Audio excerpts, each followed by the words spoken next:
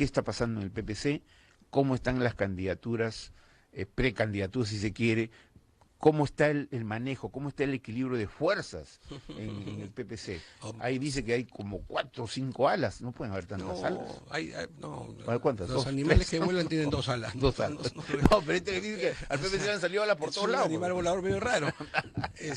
No, a ver, No en se todo olvide caso, que hay los precisando... dragones chinos tienen Sí. varias alas, ¿eh? Ajá, Ojo. ajá. O como tienen 2 cabezas, Buen dato. tienen varias alas, Sí. así por si acaso. A ver, no precisando, sino complementando a lo que dice el jefe de la OMPE y citando al presidente del PPC, Raúl Castro, a propósito de un debate anterior, lo que vendría a ver ahora es una suerte de aspirantes a precandidatos. Correcto, ¿No es cierto? ya. Es decir, no hay ningún proceso convocado, por tanto, como él alguna vez lo dijo, yo cito a Raúl Castro, no es más que un aspirante a precandidato. Ya. Y en ese punto de vista, nosotros en el PPC estamos inmersos dentro de un proceso democrático interno como corresponde. El nuestro es un partido que apuesta a lo institucional. Estamos trabajando ese tema y ya se fijó en el último congreso partidario 2 cosas. Primero, que pretendemos presentar una candidatura propia a las próximas elecciones. Pretendemos decirle al país cuál es el pensamiento social cristiano y dar esa alternativa. Y segundo, que habrá elecciones internas para cambiar la dirigencia partidaria actual en octubre las primarias y en noviembre las nacionales. De manera tal que corresponderá a estas nuevas autoridades convocar rápidamente al proceso para ver quiénes serían eventualmente los candidatos. Para elegir al candidato presidencial, así está estipulado en la ley, además, es un militante un voto. Ahí no hay eso no es estatutario. La última que ha ocurrido en el APRA, esta de hace pocos días, como que algunas bases también han cuestionado, ¿no? Lo que pasa es que la ley electoral te faculta 3 tipos de elecciones internas.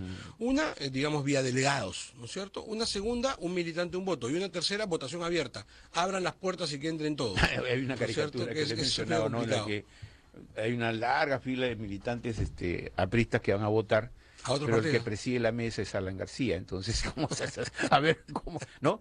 Exijo una explicación, dicen algunos militantes, ¿no? Pero a ver, vamos en el caso del PPC. En el caso del PPC, esto es lo que está ocurriendo. Pero en el PPC, ¿no? También, pues, hay un perfil ya. Y no hay varias cabezas. Eso no. Que te he dicho, bueno, pero hay un perfil ya.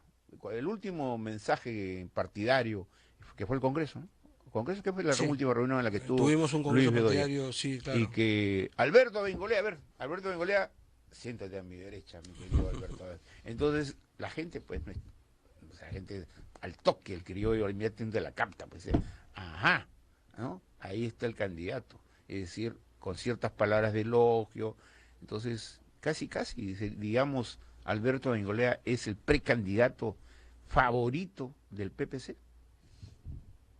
En todo caso, aspirante a precandidato, si fuese el caso. Pero con el aval de Bedoya Reyes. Yo te lo digo de verdad, ese gesto del fundador y de mi maestro, a mí hasta el día de hoy me emociona y se lo agradezco muchísimo. Yo lo escuché, entonces fue además delante de toda la dirigencia partidaria. Que dicho se pasó, me imagino que en algunos no cayó muy bien eso.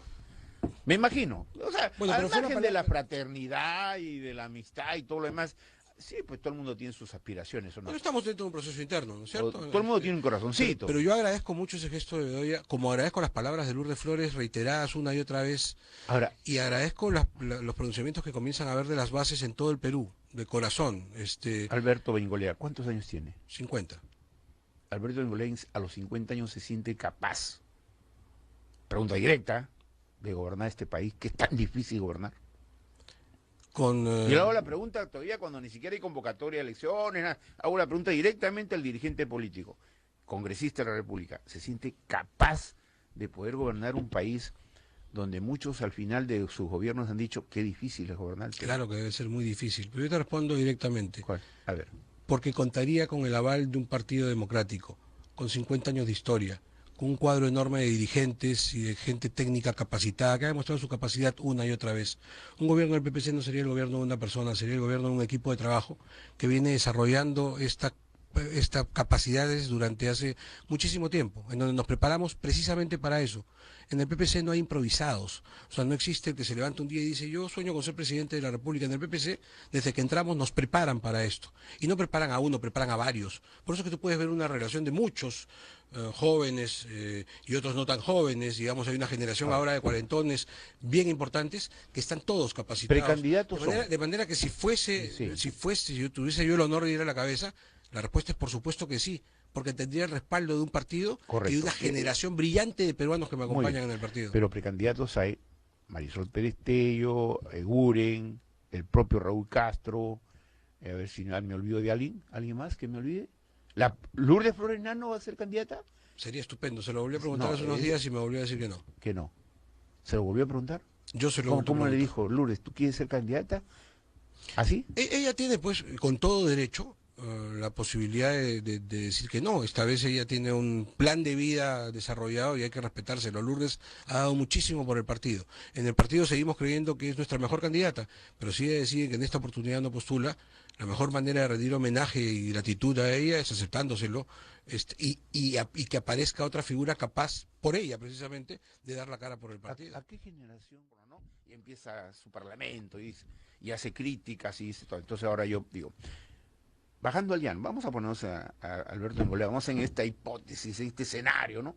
Alberto Engolea, que yo le diga, congresista, no, señor presidente. ¿Tú quieres llevarte la primicia? Vamos a ver. Periodista. Vamos a ver. ¿Desde cuándo te conozco, Alberto? Hace muchos años. Pero yo pregunto, ¿y cuáles serían las prioridades del PPC en la persona de Alberto Engolea para resolver los problemas que tiene el Perú? El Perú tiene, narcotráfico, gravísimo problema de narcotráfico. Crimen organizado terrible, inseguridad ciudadana, trata de personas, violencia doméstica. Es decir, se han juntado tantos problemas que, no sé, dificulto que un candidato pueda tener la solución a todos esos problemas. ¿Cuáles serían para el PPC? Para hablar del partido, ¿ya? Sí. La prioridad para resolver, ya que critican a veces mucho al gobierno, ¿cuáles son los problemas que hay que resolver primero? Por eso vuelvo y te repito, en el caso del PPC no va a ser una persona iluminada que resuelva los problemas, es un equipo de trabajo, un plan de trabajo que existe y un equipo competente en todas las áreas, de manera tal que, y tú has hecho muy bien la enumeración, si para alguna persona lo más importante es el tema de seguridad ciudadana, para otro es más importante resolver el tema del narcotráfico, para otro es más importante el tema de educación, para otro es más importante la crisis económica, es decir, siempre va a haber distintas posibilidades, hay que entenderlas todos, hay que atacar todos los problemas. Tú me dices, ¿cuál es el prioritario? Para mí, para mí, y ahora te hablo a título personal, ¿no es cierto? Siempre el prioritario va a ser la educación. Yo creo que necesitamos tener un país más preparado, siempre más preparado, porque en función a tener una mejor preparación de nuestra gente, habrá mayores posibilidades de respuesta para el futuro en todas las áreas. Así que yo sí creo que esto es fundamental. Entonces aquí creo que tenemos que enrumbar al país, Alberto Bengolea, a darle un sistema educativo que ha ido perdiendo con los años. Le reconozco a este gobierno algunos méritos en ese sentido. A este gobierno, al que yo critico tanto, le reconozco varios méritos. Creo que a partir de la asunción de Jaime Saavedra como ministro de Educación han comenzado a hacerse bien las cosas en varios sectores. En otros creo que hay que ajustar. Pero hay muchas cosas bien importantes. Pero hay que ser objetivo también, ¿no? Sí. Y porque el presidente del primer día que yo lo escuché hablar en su segundo intento de llegar al poder, decir la educación para mí va a ser, y no está el ministro de Educación en proyección, pero él le dio prioridad y dijo, vamos a aumentar el presupuesto. Pues usted lo sabe. Alberto, no lo hizo. Pero, discúlpame. ¿Cómo que no? Si yo lo he escuchado. No lo hizo. Hablar es fácil. No lo hizo. Eso comenzó a cambiar con la presencia del actual ministro. El ministro entró y comenzó a subirse, recién al tercer año. De pronto la ministra anterior no era la más eficaz, probablemente. Pero en el léxico del presidente, en el mensaje del presidente está la educación. Pero vuelvo y te repito, una cosa es decirlo y otra cosa es plasmarlo. Correcto. Y yo le reconozco que a partir del tercer año... ¿Educación sería para ustedes prioritario? A mí me parece que esto es fundamental. Pensando en el futuro. Pensando en el futuro. Es que tenemos que pensar... Pero usted tiene problemas inmediatos. Tenemos que pensar el país a 20 años. Alberto, no podemos... Escúchame, déjame terminar la idea. Comencé diciéndote que eran tantos los problemas que había que atacarlos todos, pero tú me apretaste por una prioridad y la prioridad es educación. Tenemos que ser capaces...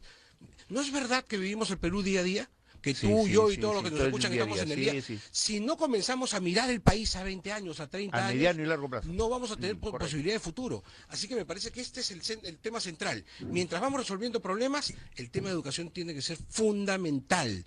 Han comenzado a subir los presupuestos de educación y eso está muy bien. Eso tiene que continuar y tiene que mejorarse.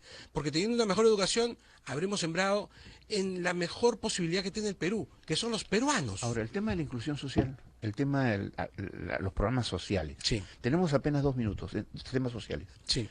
¿Es prioritario para ustedes o no? Sí. Ahora, los programas sociales Tú me dices que tenemos 2 minutos, permíteme un resumen rapidísimo. Sí, Para sí. mí esto no es inclusión social, pero es indispensable. En un país como el nuestro, los programas sociales son indispensables. Y ahí hay algunos que tienen que ver con educación que a mí me parecen estupendos. Hay que mejorarlos. Beca 18, por O sea, ejemplo, van es amarrados, ¿no? es un programa Salud, estupendo. educación, en todo lo ya. Beca 18 es un programa estupendo. Sí, sí, Tenemos que incentivarlo, tenemos que mejorarlo todavía. O sea, es decir, yo soy muy crítico de este gobierno, pero soy capaz de reconocer las cosas buenas que ha hecho. Tenemos que comenzar a mirar el Perú juntos a largo plazo y ver entonces lo bueno mejorarlo y lo que está mal, Correcto. que hay varias cosas, Hay que cambiarlo. sacar.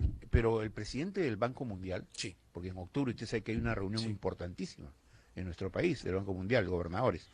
Pero el presidente del Banco Mundial hace pocos días ha hecho un elogio. Dice que el Perú, por lo menos en el tema de educación, beca 18 y todo lo demás, él considera, habiendo sido rector de una universidad en los Estados Unidos, y él dice, oye, esto me parece maravilloso, y ha prometido todo el apoyo del Banco Mundial para la educación.